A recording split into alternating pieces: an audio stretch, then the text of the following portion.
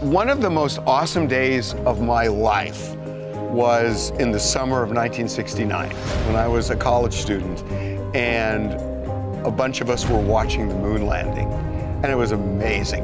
It's one small step for man, one giant leap for mankind. And I followed from Alan Shepard on.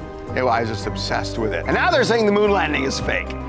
And I think this is ridiculous. The idea that it was all in a studio in Burbank somewhere, that will rob me of one of the great memories of my life. I think Buzz Aldrin actually punched somebody over that, didn't he? He did. You're the one who said you walked on the moon when you didn't.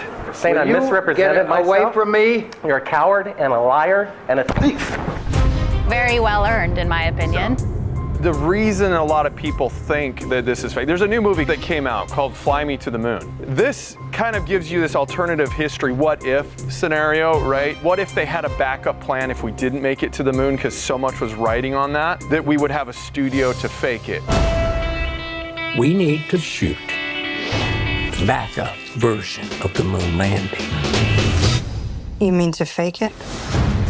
I'm a little worried that people watching this, especially kids, are going to think this is real history. A lot of conspiracy theorists will rely on photos. So in this particular one, they're criticizing the fact that the flag looks like it's waving and there's no wind, obviously, on the moon. And there's actually a bar along the top part of it. A lot of wrinkles, and they actually then took the pole and had to twist it in and out, so it maybe was sort of waving.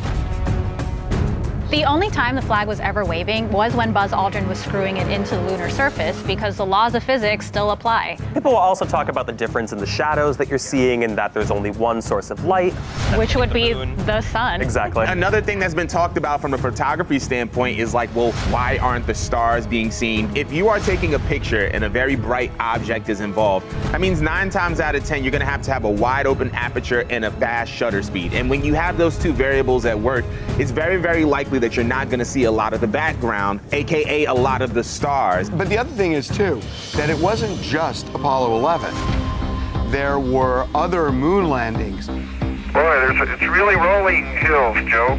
So if you want to say, okay, Apollo 11 was in a studio, well, what did they do with Apollo 12 and Apollo 13? I think that even more interesting to me is that if we accept, yes, we went to the moon, the reason we didn't go back, there is a conspiracy around that they saw something there, were warned not to go back. That's why we didn't go many times. But what is true is this: NASA apparently misplaced and re-recorded over the raw footage. So what we were seeing back on the TV in that day was that the footage was actually a camera taking video of a 10-inch monitor which was being broadcast. But the actual footage transmitted from Apollo is lost.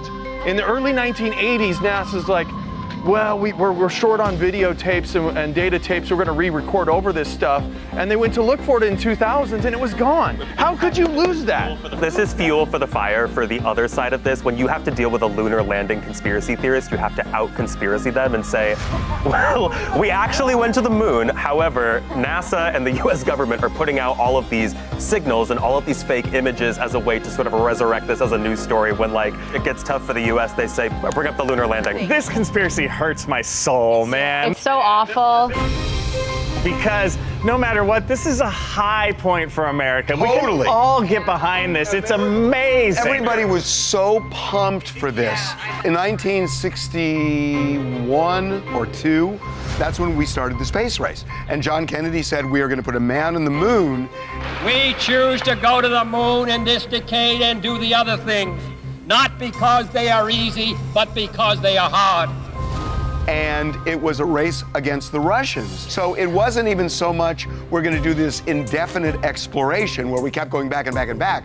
It's that we wanted to be the first to do it. That was a big deal because the Russians were the first ones to launch a person, Yuri Gagarin. And so we wanted to land the first man on the moon, and that's why we did it. Which also plays into a lot of the conspiracy theories, like there's the pressure of having to meet that demand that JFK put on them, the timeline, like, okay, well then they're just gonna fake it so that they can meet that goal that he set forth. So he called Louis B. Mayer and said, we got to fake this? I mean, it is the perfect recipe for something like this because of the pressure cooker element and also because of the stakes. It's narrative driven. People want to believe that something as fantastical as a fake lunar landing could be possible because there's so much story under that. Also, Russia admitted we got there. It's not new though, when you have some event that's so monumental, you know, like you look at the moon landing, 9/11, the Holocaust, you're always gonna have a lot of people who find it really difficult because it's so either horrific or inconceivable. Right. There was more pride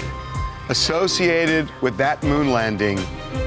I can't think of anything bigger than that in this country. I mean, over 400,000 people worked on the Apollo project.